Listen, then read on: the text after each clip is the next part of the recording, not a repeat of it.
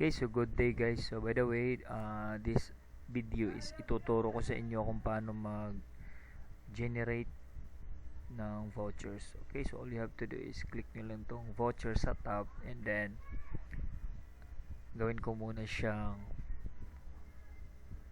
parang pang mobile para di kayo malito.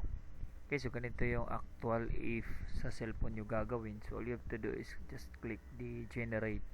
Okay, generate, lagyan lang ng name tapos price. So halimbawa kung pagbibigyan nyo is for customer, so ito yung gagawin nyo para makita naman niya merong value yung free internet na ibibigay nyo. So quantity, yes, if dalawa or ilan ba yung bibigyan nyo ng free, so dito nyo lang ilagay. So since yung tutorial ko ngayon is for personal isang free lang po. Okay, so click generate, then after ito na po yung nasa code. Yan. So if gusto mo screenshot sa kanya, click mo lang tong ticket and then ito.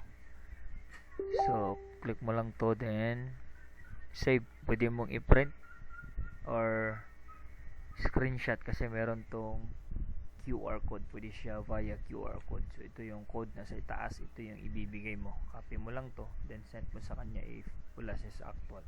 So ganyan lang kadali guys mag-generate. Okay, so of course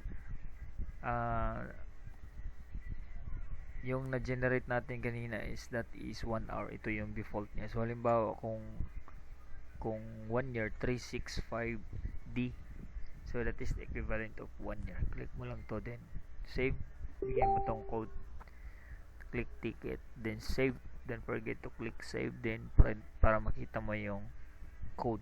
Yan, so ito yung ibibigay mo sa client. Okay, so that's all.